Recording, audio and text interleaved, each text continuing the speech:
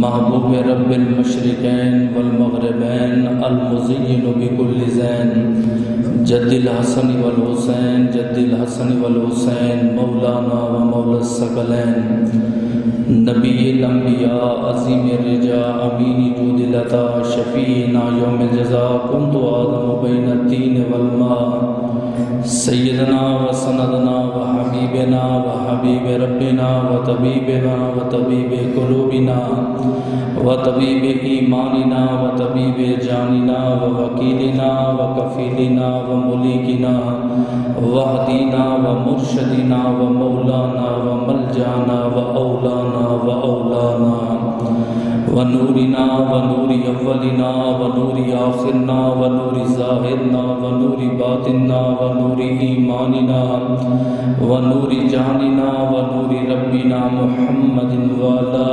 آلہ و اصحابہ و اہل بیتہ و اولیاء امتہ اجمعین اما بعد فاعوذ باللہ السمیع العلیم و سلطان القدیم من الشیطان الرجیم بسم اللہ الرحمن الرحیم قال اللہ تبارک و تعالی فی القرآن المجید والفرقان الحمید والبرہان الرشید حامیم والکتاب المبین انا انزلناه فی لیلۃ مبارکۃ انا کنا منذرین قال النبی صلی اللہ علیہ وآلہ وسلم ان اللہ تبارک و تعالی ينزل لیلۃ من نصف شعبان للسماء الدنیا فیغفر لأکثر من عدد الشہر بنو کلب صدق اللہ العظیم بندہ پروردگارم امت احمد نبی دوست دارم چار یارم تابع اولاد علی مذہب حنفیہ دارم ملت حضرت خلیل خواہ پائے غوث اعظم زیر سائے ہر ولی ان اللہ و ملائکتہ یصلون علی النبی یا ایہا الذین آمنوا صلوا علیہ وسلموا تسلیما اللہم صلی علی سیدنا و مولانا محمد وعلی آل سیدنا و مولانا محمد وبارک وسلم وسلی علیہ الصلاۃ والسلام علیکہ یا سیدی یا رسول اللہ وعلی آلک واصحابک یا سیدی یا حبیب اللہ الصلاۃ والسلام علیکہ یا سیدی یا خاتم النبیین شفیع المذنبین انیس الغریبین سراج الصالحین احمد مجتبی جناب محمد مصطفیٰ کے دربار کو ہر بار دربار میں ہدیتاً تحفتاً عقیدتاً محبتاً نذراناً درود شریف پڑھنے کے بعد دعا گو ہوں کہ میرا پڑھنا اور آپ کا سننا اللہ پاک اپنے دربار لم یزل میں قبول و منظور فرمائے۔ اللہ پاک امام الانبیاء کے وسیلہ جلیلہ سے ہم تمام مسلمانوں کو اپنے گھر بیت اللہ اور گنبد خضرا کا دیدار نصیب فرمائے۔ آن حضرت صلی اللہ تعالی علیہ وآلہ وسلم نے ارشاد فرمایا ماہ شعبان کی 15ویں رات یعنی شب بارات کو اللہ تبارک و تعالی اپنی شان کے مطابق پہلے آسمان پر آتا ہے اور پھر یہ ندا دیتا ہے کوئی مجھ سے رزق مانگنے والا میں اس کو رزق دوں، ہے کوئی مجھ سے معافی مانگنے والا میں اس کی معافی قبول کروں، ہے کوئی مجھ سے توبہ کرنے والا میں اس کی توبہ کو قبول فرماؤں۔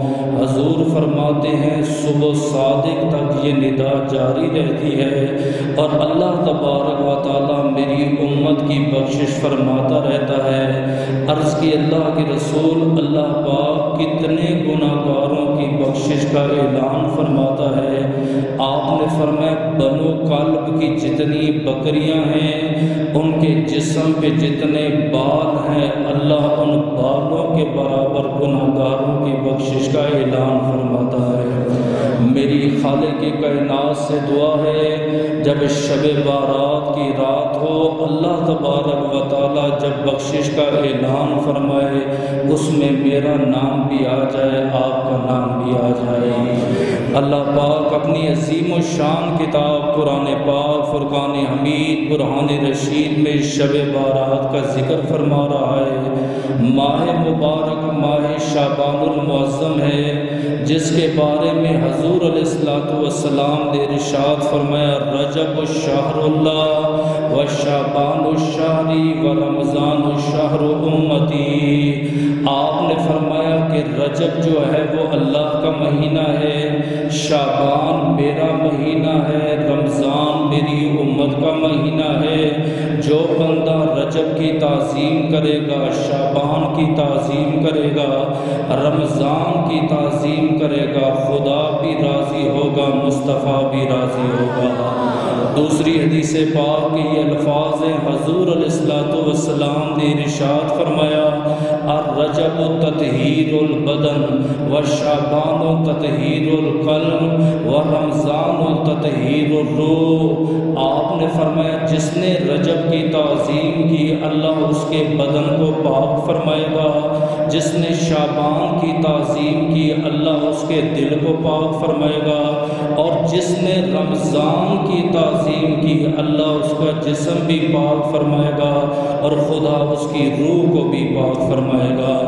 یہ وہ عظیم مہینہ ہے جس کے متعلق حضرت یحییٰ بن معاذ رضی اللہ تعالیٰ عنہ فرماتے ہیں، آپ فرماتے ہیں ان شعبان فی خمسۃ احرف، آپ فرماتے لفظ شعبان میں 5 حرف ہیں، شین عین با الف اور نون۔ آپ فرماتے ان شعبان فی خمسۃ احرف، اس شعبان میں 5 حرف ہیں، بکل حرف عطیۃ للمؤمنین، اللہ پاک ہر حرف کے بدلے میں مومن کو عطیہ عطا فرماتا ہے، یعنی مومن کو انعام عطا فرماتا ہے۔ وہ انعام کیا ہیں؟ فرمایا الشین والشرف والشفاعت، العین والعزت فی الدنیا والآخرہ، الباء بالبرکہ، الالف والالفت والنون بالنور۔ فرمایا شین سے مراد ہے شرف اور شفاعت، جو میرا امتی شعبان کی تعظیم کرے گا دنیا میں خدا اسے شرف عطا کرے گا، آخرت میں مصطفیٰ کی شفاعت عطا فرمائے گا۔ پھر فرمایا العین، اس سے مراد العزت فی الدنیا والآخرہ، جو ماہ شعبان کی عزت کرے گا اللہ اسے دنیا میں بھی عزت عطا فرمائے گا، قیامت کے دن بھی عزت عطا فرمائے گا۔ الباء، الباء سے مراد البرکہ، یعنی جو بندہ ماہ شعبان کی تعظیم کرے، ماہ شعبان میں عبادت کرے، ماہ شعبان میں ذکر اور اذکار کرے، اللہ تبارک و تعالیٰ اس کی روزی میں برکت عطا فرمائے گا۔ الالف سے مراد الفت ہے، یعنی جو بندہ شعبان میں روزے رکھے اللہ پاک اسے الفت اور پیار عطا فرمائے گا۔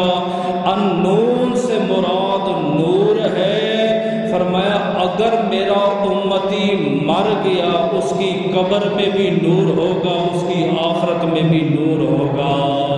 اللہ سے دعا ہے اللہ اس شعبان کے صدقے میرے اور آپ کے گناہ بھی معاف فرمائے، جب ہم مر کے مٹی میں جائیں قبر میں بھی نور ہو اور قیامت کے دن بھی نور ہو۔ سوال یہ پیدا ہوتا ہے اللہ تبارک و تعالی ہمیں حکم دیتا ہے تم رکوع کرو، کبھی اللہ تبارک و تعالی حکم دیتا ہے سجدہ کرو، کبھی اللہ حکم دیتا ہے نماز پڑھو، کبھی حکم دیتا ہے زکوٰۃ دو، کبھی حکم دیتا ہے حج ادا کرو، کبھی حکم دیتا ہے نیکی کرو برائی کو چھوڑ دو۔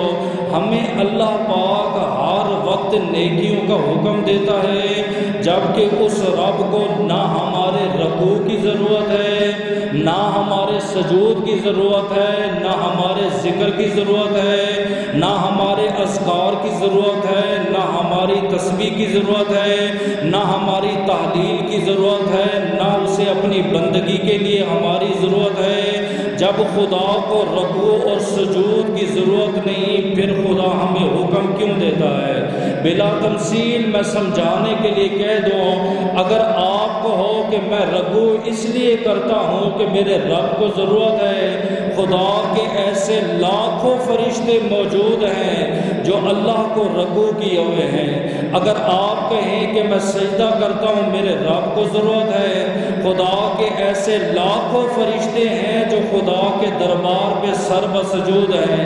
خدا کے فرشتے خدا کا ذکر بھی کرتے ہیں، خدا کی تسبیح بھی بیان کرتے ہیں، اللہ کی پاکی بھی بیان کرتے ہیں، اللہ کی وحدانیت بھی بیان کرتے ہیں۔ جب ایک مخلوق ہے جو خدا کو پکار بھی رہی ہے، خدا کا ذکر بھی کر رہی ہے، رکوع و سجود بھی کر رہی ہے، پھر اللہ ہمیں کیوں حکم دیتا ہے؟ کبھی اللہ پاک نے ہمیں شب قدر دے دی ہے، شب بارات دے دیا ہے، ماہ رمضان دے دیا، شب معراج دے دی، کبھی کہتا ہے رکوع کرو، کبھی کہتا ہے سجود کرو، کبھی کہتا ہے مجھ سے مانگو، کبھی کہتا ہے میرا ذکر کرو، کبھی کہتا ہے مجھ ہی سے مانگو، مجھ ہی سے دعا کی دعا کرو، قبول کروں گا۔ علماء فرماتے جیسے ایک ماں اپنے بچے کو آگ میں نہیں ڈالتی کیونکہ ماں اپنے بچے سے پیار کرتی ہے، اسی طرح خدا 70,000 ماؤں سے بڑھ کر نبی کی امت سے پیار فرماتا ہے۔ خدا کو نہ ہمارے رکوع کی ضرورت ہے، نہ ہمارے سجود کی ضرورت ہے، نہ ذکر کی ضرورت ہے، نہ اذکار کی ضرورت ہے۔ جیسے ماں نہیں چاہتی کہ میرا کوئی بچہ آگ میں جائے، ویسے خدا نہیں جانتا کہ بندہ میرا ہو، امتی مصطفیٰ کا ہو اور دوزخ کی آگ میں جائے۔ خدا نبی کی امت سے اتنا پیار فرماتا ہے کہ خدا چاہتا ہی نہیں ہے کہ نبی کا کوئی امتی دوزخ کی آگ میں جائے، اس لیے اس خدا نے ہمیں شب بارات بھی عطا فرمائی ہے، شب معراج بھی عطا فرمائی ہے، شب لیلۃ القدر بھی عطا فرمائی ہے، اور ساتھ ہی فرمایا اے میرے بندے ان راتوں میں عبادت کرنا تیرا کام ہے اور تجھے گناہوں سے پاک کرنا رب العالمین کا کام ہے۔ اب قرآن کی اس آیت کی طرف چلے جاتے ہیں، اللہ تبارک و تعالیٰ ارشاد فرماتا ہے حامیم والکتاب المبین۔ یہ لفظ حامیم یہ حروف مقطعات ہیں، آپ کو دکانوں میں بھی پوسٹر مل جائیں گے، وہاں پہ بھی یہ لکھے ہوں گے۔ آپ قرآن پاک کھولیں، آپ کو قرآن میں سے بھی حروف مقطعات مل جائیں گے۔ امام ابو القاسم القشیری رحمۃ اللہ تعالی علیہ فرماتے ہیں ہاں سے مراد اللہ کی محبت ہے، اللہ کا حق ہے، میم سے مراد اللہ کی محبت ہے، یعنی اللہ فرماتا ہے لوگوں مجھے اپنے حق کی قسم جو میرا حق بندوں پہ ہے، اور میم سے مراد میری محبت ہے، یعنی خدا فرماتا ہے میں رب کو اپنی محبت کی قسم ہے۔ یہ کوئی چھوٹی بات نہیں ہے، معمولی بات نہیں ہے۔ آج ہم کہتے بھئی تو مجھ سے اگر وعدہ کرتا ہے تو میرا ساتھ دے گا، اٹھا اپنے سر کی قسم۔ سامنے والا بندہ اپنے سر کی قسم اٹھائے، ہم یقین کر لیتے بھئی اس نے قسم اٹھائی ہے، وہ قسم اٹھا کے کہہ رہا ہے، تو اللہ فرماتا ہے ہاتھ سے مراد میرے حق کی قسم ہے جو بندوں پر ہے، اور میم سے مراد مجھے اپنی محبت کی قسم ہے۔ اے اللہ کون سے حق اور کون سی محبت کی بات کرے ہو؟ فرمایا جو نبی کا امتی شب بارات کو عبادت کرے گا، میں خدا کو اپنی محبت کی قسم ہے میں اس کے زندگی کے گناہ معاف فرماؤں۔ اس لیے فرمایا ہاتھ سے مراد اللہ کے حق کی قسم ہے، اور میم سے مراد اللہ کی محبت کی قسم ہے۔ جب سائنسدان اگر مسلمان ہو وہ کسی چیز پر تحقیق کرے، جب تحقیق کرتا کرتا کرتا کرتا اس کی انتہا ہو جائے آخر میں وہ لکھنے پہ مجبور ہو جاتا ہے اللہ و رسولہ عالم، اس بات کو اللہ اور اس کا رسول بہتر جانتا ہے۔ ہمارے علماء جب کوئی سبق پڑھا رہے ہوں، کوئی ایسا باریک اور دقیق نقطہ آ جائے یا کوئی ایسی بات آ جائے جو سمجھ سے ماورا ہو، استاد کہتا ہے اللہ و رسولہ عالم، اللہ اور اس کا رسول بہتر جانتا ہے اس کے اندر کیا راز ہے۔ جتنے بھی مفسرین کرام گزرے انہوں نے قرآن کی تفسیریں بھی لکھی، قرآن کے تراجم بھی لکھے، لیکن جب بھی وہ آئے نا حامیم حروف مقطعات پہ آئے، تمام مفسرین کا قلم جواب دے گیا۔ سوچتے رہے، قلم کی سیاہیاں خشک ہو گئی، عقل انسان کی دنگ رہ گئی، آخر میں وہ لکھنے میں مجبور ہو گئے حامیم، اس کا معنی اللہ اور اس کا رسول بہتر جانتا ہے۔ آگے اللہ فرماتا ہے اِنَّا أَنزَلْنَاهُ فِي لَيْلَةٍ مُبَارَكَةٍ، بے شک ہم نے اسے برکت والی رات میں نازل فرمایا۔ اب قرآن کے بارے میں 3 قول آ گئے۔ ایک قول ہے کہ شہر رمضان الذی انزل فیہ القرآن، رمضان کا وہ مہینہ جس میں اللہ نے قرآن نازل کیا۔ پھر اسی قرآن کو اٹھائیں، اللہ فرماتا ہے ان انزلناہ فی لیلۃ القدر، ہم نے اس قرآن کو لیلۃ القدر کی رات نازل فرمایا۔ پھر اس قرآن کو اٹھائیں، قرآن کہتا ہے ان انزلناہ فی لیلۃ مبارکۃ، ہم نے اسے شب بارات کو نازل فرمایا۔ کتاب ایک ہے، 30 پاروں کا مجموعہ ہے، بھیجنے والا ایک خدا ہے، لے کے آنے والا ایک جبریل ہے، جس پہ نازل ہوئی وہ ہمارا آخری نبی ہے۔ تو اختلاف کیسے ہو گیا؟ ایک طرف قرآن کہتا ہے کہ رمضان میں میں آیا ہوں، دوسری طرف قول ہے قرآن لیلۃ القدر کی رات نازل ہوا، تیسری طرف قول ہے کہ قرآن شب بارات کی رات نازل ہوا۔ علماء نے اس کا بڑا بہترین جواب دیا، وہ کہتے ہیں بات یہی ہے کہ قرآن ماہ رمضان میں اور لیلۃ القدر کی رات میں نازل ہوا، یہی قول معتبر ہے۔ جہاں اللہ فرما رہا ہے کہ ہم نے شب بارات کی رات نازل کیا، اس کا معنی یہ ہے اصل میں یہ قرآن لوح محفوظ پر محفوظ تھا۔ جب شب بارات کی رات آئی، اللہ نے فرمایا جبریل اسے لوح محفوظ سے اٹھا کر آسمان دنیا پہ رکھ دو، پھر پورے سال جتنا قرآن نبی کو پہنچانا ہے یہاں سے اٹھا کے تھوڑا تھوڑا نبی کے قلب اطہر پہ نازل فرمانا۔ اب آپ کو سمجھ آ گئی ہے، قرآن نازل ہوا ہے رمضان کے مہینے میں، رات ہے لیلۃ القدر کی، اور شب بارات کی رات اللہ نے آسمانوں سے لوح محفوظ سے اٹھا کر آسمان دنیا میں رکھ دیا۔ آگے اللہ ارشاد فرماتا ہے فیہا یفرق کل امر حکیم، اس رات کو ہم کیوں مناتے ہیں، اس رات میں ہم عبادت کیوں کرتے ہیں؟ فرمایا اس رات اللہ تبارک و تعالی امتی کی تقدیر کے فیصلے لکھتا ہے، کس کو کتنا رزق ملے گا، کون کتنا جیے گا، کون کب مرے گا، کون کتنا پڑھے گا، کون کتنا کمائے گا، کون کتنا کھائے گا۔ فرمایا یہ سارے کے سارے فیصلے اللہ تبارک و تعالی شب بارات کی رات تحریر فرماتا ہے۔ حضور فرماتے ہیں میرے پاس جبریل آئے، عرض کی یا رسول اللہ یا محمد ارفع راسک الی السماء الدنیا، اے حبیب ذرا اپنا چہرہ آسمان کی طرف کریں۔ توجہ طلب حدیث ہے، آپ فرماتے ہیں جب میں نے آسمان کی طرف دیکھا میں نے کہا یا جبریلو ما ہذہ لیلہ، اے جبریل یہ کون سی رات ہے؟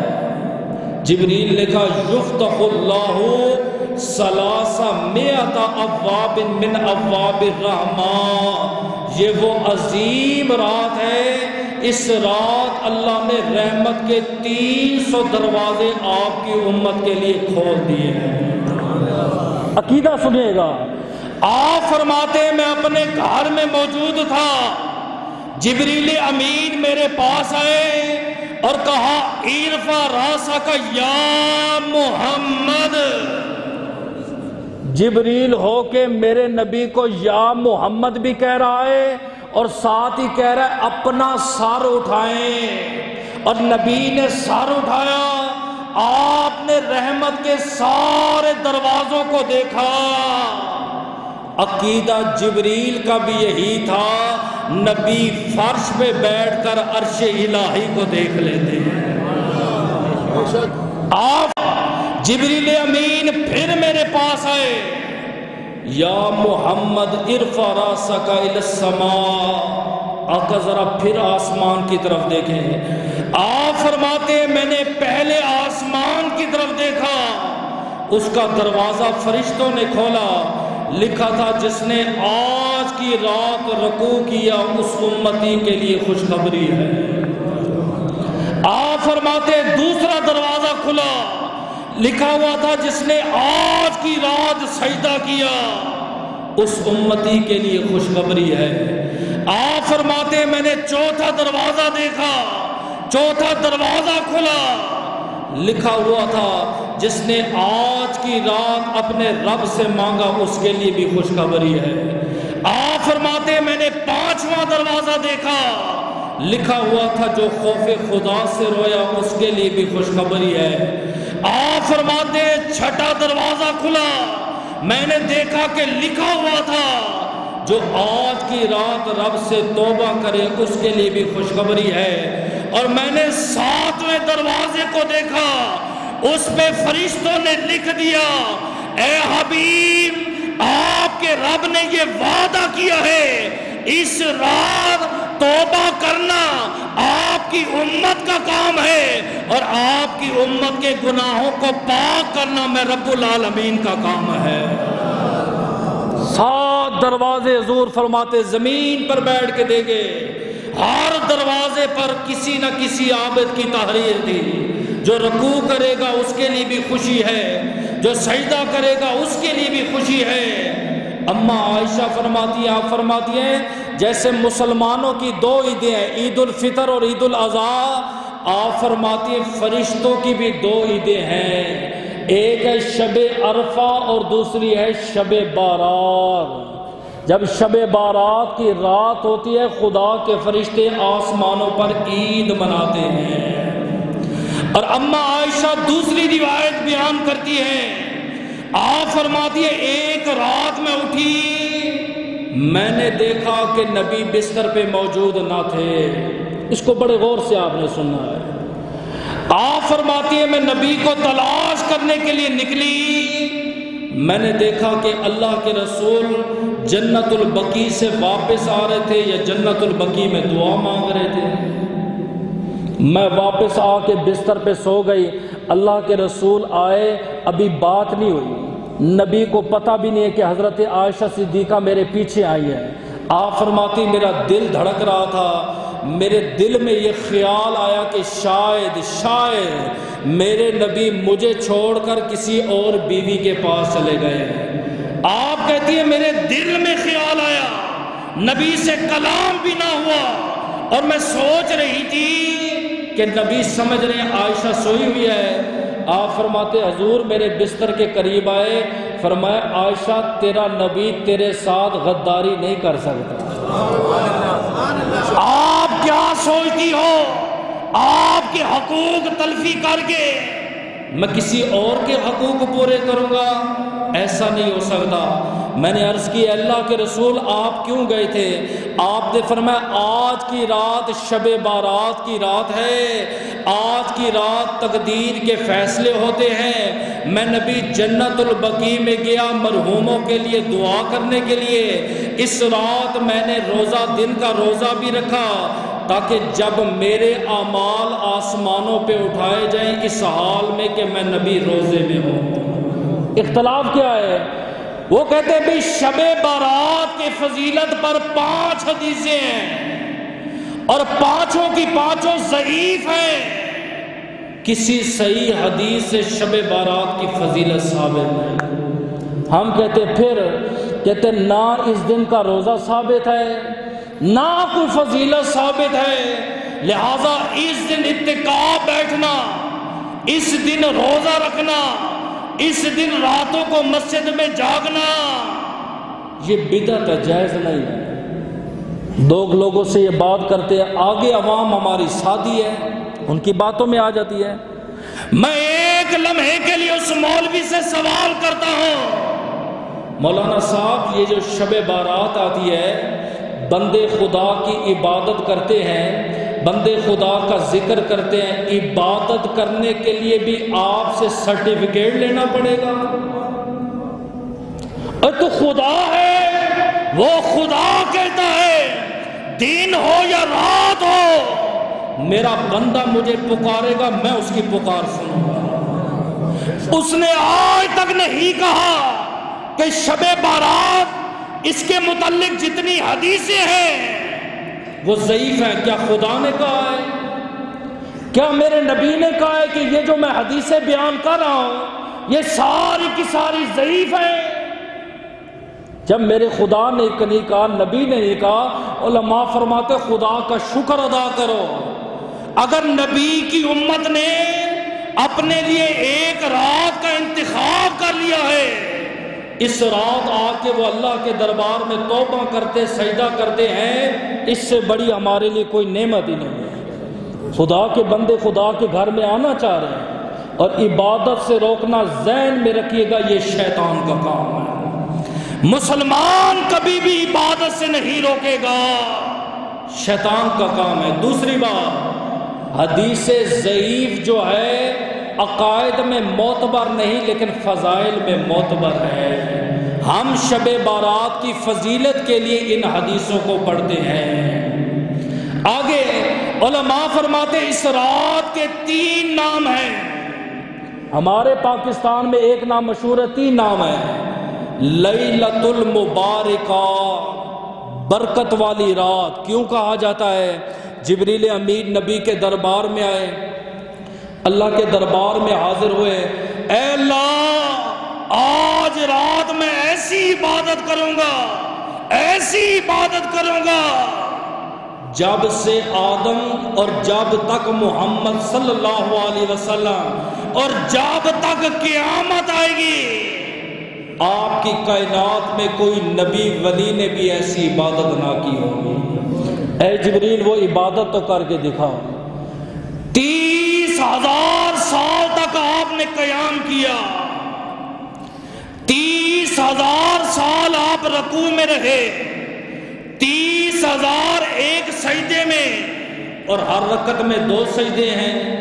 یوں آپ نے 2 رکعتیں مکمل کی، یعنی قیام میں 30,000 سال کھڑے رہے، رکوع میں 30,000، ایک سجدے میں 30,000 سال، دوسرے سجدے میں 30,000، پھر دوسری رکعت، پھر 2 سجدے، پھر تشہد، پھر سلام۔ یوں آپ نے جب 2 رکعتیں مکمل کی تقریباً 70 سال کی عبادت بنتی ہے، 70,000 سال کی عبادت۔ سلام پھیرا، اے اللہ آج تک ایسی عبادت کسی نبی نے کی ہے؟ آج تک ایسا کوئی رسول گزرا ہے جس نے ایسی عبادت کی ہو؟ اللہ پاک نے فرمایا جبریل آخر الزمان نبی آئے گا جس کا نام زمین پہ محمد، آسمانوں پہ احمد ہوگا، اس کی ایک امت ہوگی، اس امت کو میں ایک رات عطا فرماؤں گا، اس رات کا نام شب بارات ہوگا، اور جب نبی کا امتی 2 رکعت نفل پڑے گا میں اسے 70,000 سال کی عبادت سے زیادہ ثواب عطا کروں گا۔ اس لیے اس رات کو لیلۃ المبارکہ کہا جاتا ہے۔ دوسرا نام لیلۃ البرکہ، یعنی برکت والی رات۔ حضرت عبداللہ زاہدی رحمۃ اللہ تعالی علیہ، آپ فرماتے میرا دوست ابو الخفص کبیر فوت ہو گیا، جنازے میں میں نے شرکت کی لیکن قبرستان نہ جا سکا۔ 8 ماہ بعد میں نے اپنے دوست کو خواب میں دیکھا ہے، اندھیری قبر ہے، پسلیاں آر کی پار ہیں، چہرہ نورانی تھا لیکن چہرے پہ زردی ہے، بال اس کے بکھرے ہوئے ہیں اور قبر میں کانپ رہا ہے۔ میں نے اسے سلام کیا، السلام علیکم السلام علیکم، 3 مرتبہ سلام کیا، اس نے سلام کا جواب نہ دیا۔ میں نے کہا عبداللہ زاہدی کیا وجہ ہے میرے سلام کا جواب نہیں دیتے؟ اس نے کہا سلام عبادت ہے تے قبروں میں ہم عبادت نہیں کرتے، گناہگاروں کو اجازت ہی نہیں وہ قبر میں، جنہوں نے زمین پر عبادت نہیں کی زمین میں وہ کیسے عبادت کریں گے؟ آپ فرماتے تیرا چہرہ تو نورانی تھا، تیری زلفیں تو سیاہ تھی، تو بڑا عابد تھا، نمازی تھا، کیا ہوا ہے؟ اس نے کہا جب فرشتوں نے میرے گناہ مجھ سے اقرار کروائے تے قبر مجھ سے مخاطب ہو کے کہتی ہے ظالم تجھے شرم نہ آئی؟ خدا کی زمین پہ لوٹ مار کرتا رہا، دوسروں کے حقوق کھاتا رہا، غیبت کرتا رہا، چولی کرتا رہا، ہر بندے کو تو دھوکہ دیتا رہا، تجھے شرم نہیں آئی؟ تو بھول گیا تھا ایک نہ ایک دن مر کے میں نے اس مٹی میں دفن ہونا ہے، ایک نہ ایک دن میں نے خدا کے دربار میں جانا ہے۔ فرمایا قبر میں اندھیرا ہوا، قبر نے ایسے دبایا کہ ہڈیاں آر کی پار ہو گئی، میرے نبی کی حدیث ہے۔ آپ فرماتے ہیں قبر مومن کو بھی دباتی ہے، قبر کافر کو بھی دباتی ہے۔ آقا فرق کیا رہ جائے گا؟ آپ نے فرمایا بلی اپنے شکار کو بھی منہ سے پکڑتی ہے، اپنے بچے کو بھی منہ سے پکڑتی ہے۔ فرق اتنا ہے جب اپنے شکار پر حملہ کرتی ہے اپنے پنجوں سے دبوچ کے منہ میں دبوچ لیتی ہے، لیکن جب اپنے بچے کو اٹھاتی ہے پیار سے اٹھاتی ہے، ایسے جیسے ایک ماں اپنے بچے کو سینے سے لگا کے دباتی ہے۔ آپ نے فرمایا قبر منافق کو بھی دباتی ہے، قبر مسلمان کو بھی دباتی ہے۔ منافق کو جب دباتی ہڈیاں آر کی پار ہو جاتی ہے تو مومن کو ایسے دباتی ہے جیسے ماں اپنے بچے کو سینے کے ساتھ لگا کے دباتی ہے۔ آپ فرماتے اگلی رات میں نے پھر اپنے دوست کو دیکھا، وہی سیاہ زلفیں، چہرہ نورانی ہے، حشاش بشاش ہے۔ میں نے کہا عبداللہ زاہدی کل تک تو عذاب الہی میں گرفتار تھا، آج رات ایسا کون سا عمل کیا ہے؟ قبر بھی رونق ہو گئی، جسم بھی سالم ہو گیا، چہرے پر نور ہی نور ہے۔ اس نے کہا کہ میری زندگی میں ایک شب بارات میں نے پائی جس میں میں نے روزہ رکھا تھا، اور آج رات شب بارات کی ہے جب عذاب والے فرشتے میری قبر میں اترے۔ اللہ پاک نے فرمایا پیچھے ہٹ جاؤ، اس نے ایک روزہ رکھا تھا، اس روزے کے صدقے میں رب نے اس کی بخشش کا اعلان فرما دیا۔ اس رات کو اس لیے لیلۃ البرکت کہتے، فرمایا اللہ قبرستان سے بھی عذاب کو اٹھا لیتا ہے۔ تیسرا، اس کا تیسرا نام ہے لیلۃ البرات۔ ہم جو کہتے شب بارات، برات یہ بری سے ہے، جیسے کہتے ہیں نا قیدی جیل سے بری ہو گیا، قیدی آزاد ہو گیا۔ فرمایا اس رات کا نام ہے آزادی۔ کیسی آزادی؟ آپ فرماتے جبریل امین میرے پاس آئے، فرمایا اگر آپ کا امتی شب بارات کو 100 رکعت نوافل اس طرح ادا کرے، ہر رکعت میں 10 مرتبہ سورہ فاتحہ پڑھے، ہر رکعت میں 10 مرتبہ سورہ فاتحہ پڑھے، یوں وہ 100 رکعت مکمل کرے گا، اللہ آسمان سے 1000 فرشتوں کو بھیجے گا، 30,000 اسے جنت کی خوشخبری دیں گے، 30,000 اسے جہنم سے آزادی کی خوشخبری دیں گے، 30,000 اسے مصیبتوں سے دور رکھیں گے، اور 10,000 فرشتے اسے شیطان مردود سے نجات میں رکھیں گے۔ تیسرا، آپ فرماتے ہیں شب بارات میں اللہ نے میری امت کو 4 انعام عطا فرمائے ہیں۔ پہلا انعام، اس رات حکمت کے فیصلے ہوتے ہیں۔ یہ رات پٹاخے بجانے کی نہیں ہے، اور یہ یاد رکھ لینا، اگر آپ نے اپنی اولاد کو پیسے دیے، بھائی پٹاخے مارو، گلیوں میں ناچ گانا کرو، ارے آج تو اس کی تقدیر کا فیصلہ ہے، تو اس کی تقدیر میں یہ لکھوانا چاہتا ہے بھائی فلاں بن فلاں کا بیٹا، فلاں بن فلاں کی بیٹی، اس نے آج کی رات یہ جرم کیا تو تقدیر میں یہ لکھا جائے۔ دوسرا، آپ نے فرمایا بنو کلب کی جتنی بکریاں ہیں، ان کے جتنے بال ہیں، ان بالوں کے برابر میری امت کی بخشش کا اعلان ہوتا ہے۔ تیسرا، آپ فرماتے تیسرا